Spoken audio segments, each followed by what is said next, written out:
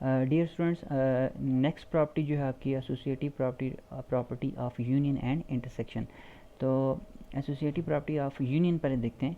Union के लिए associative property जो है वो इस शक्ल की होती है, ये आपकी बुक में भी लिखी हुई है। ए यूनियन बी ये दोनों ब्रैकेट में है एंड यूनियन सी बाहर है।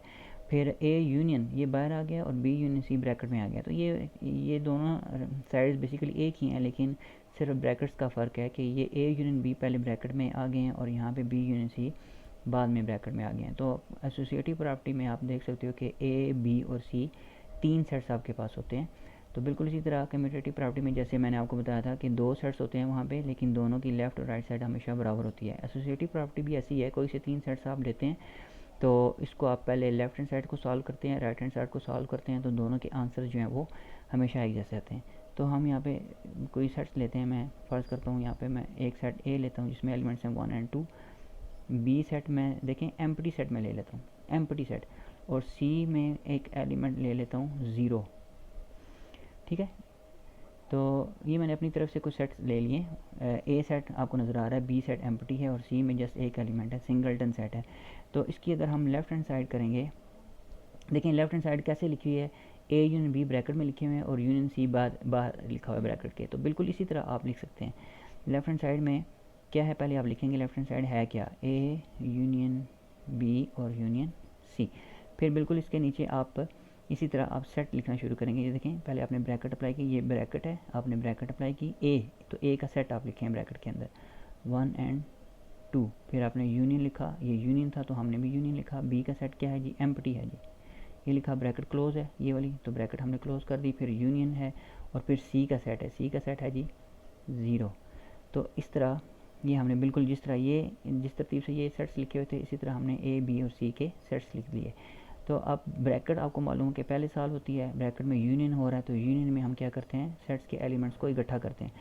1 और 2 इसमें कोई एलिमेंट नहीं है तो ये 1 और 2 इसका आंसर आ जाएगा।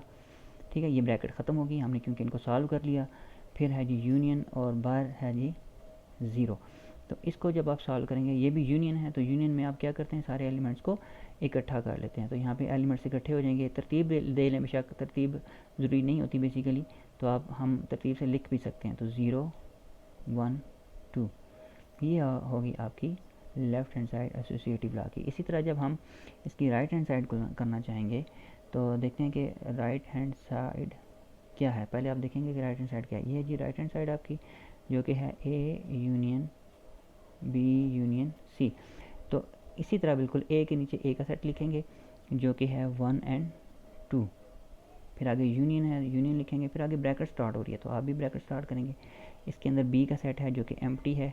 फिर यूनियन का सी का सेट है आपके पास 0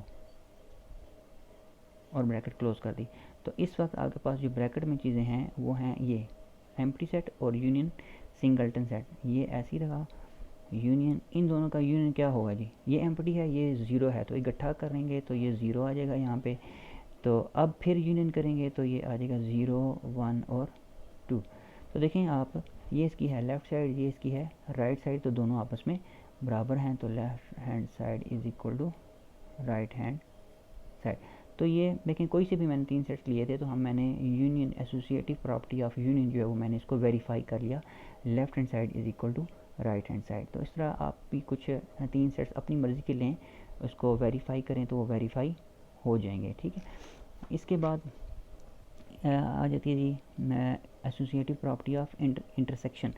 तो बिल्कुल इसी तरह अगर मैं वही तीन सेट्स ले लूँ 1 2, बी का सेट जो है मैं एम्प्टी ले लेता हूँ और सी का जो सेट है वो मैं चले यहाँ पे 1 ले लेता हूँ।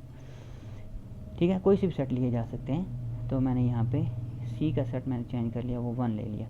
तो इसी तरह जब हम लेफ़्ट हैंड साइड लिखेंगे इसकी, तो लेफ़्ट हैंड साइड क्या है, A intersection B intersection C. तो बिल्कुल इसके नीचे इसी तरह आपने सेट लिखना है, ब्रैकेट अप्लाई किया आपने, ए का सेट लिखा 1 एंड 2, फिर इंटरसेक्शन बी का सेट एम्प्टी है, ब्रैकेट क्लोज की, इंटरसेक्शन सी का सेट लिखा 1। तो इंटरसेक्शन में कॉमन एलिमेंट्स आते हैं। तो देखें ये है 1 2, इसमें कोई एलिमेंट कॉमन नहीं है, इसमें कोई एलिमेंट है ही नहीं कि इसके साथ मैच हो, तो इसका मतलब है कोई एलिमेंट कॉमन नहीं है। तो ये एम्प्टी सेट आ जाएगा और इंटरसेक्शन 1 आ जाएगा। तो यहाँ पे देखें आप इन दो सेट को आप इंटरसेक्शन करने लगे हैं। इंटरसेक्शन में कॉमन एलिमेंट्स को देखा जाता है, कुछ भी कॉमन नहीं है तो एम्प्टी सेट आ गया, ये आपकी लेफ्ट हैंड साइड आ गई। इसी तरह आप राइट हैंड साइड जब सॉल्व करेंगे तो राइट हैंड साइड सॉल्व करेंगे तो है क्या, वो A intersection B intersection C. तो बिल्कुल इसी तरह ए है तो ए के नीचे ए का सेट लिखें, ए का सेट है 1 2 ब्रैकेट स्टार्ट हो रही है तो ब्रैकेट स्टार्ट करें। बी का सेट लिखें जो कि एम्प्टी है, इंटरसेक्शन सी का सेट है आपके पास 1, ब्रैकेट क्लोज कर दिया आपने।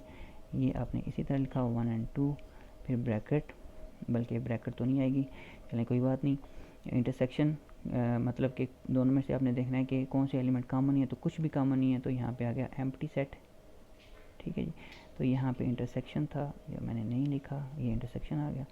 तो 1 2 को आपने इंटरसेक्शन करना है एम्प्टी सेट से, यानी कि ये इस तरह 1 2 इंटरसेक्शन एम्प्टी सेट। तो आप देख सकते हो 1 और 2 इसमें कोई भी एलिमेंट जो कॉमन नहीं है तो ये एम्प्टी सेट आ जाएगा। तो ये देखें जी लेफ़्ट हैंड साइड जो है वो राइट हैंड साइड के बराबर आ गई है, तो ये एसोसिएटिव लॉ ऑफ इंटरसेक्शन जो है वो भी वेरीफाई हो चुका है। Left hand side is equal to right hand side. तो इस तरह आपने एसोसिएटिव लॉ ऑफ इंटरसेक्शन और एसोसिएटिव लॉ ऑफ यूनियन जो है वो इस तरह सॉल्व करने हैं। तो दोनों ही कोई से भी 3 सेट आप लें तो उनके लिए ये सेट्स जो हैं वो वेरीफाई हो जाते हैं। Thank you.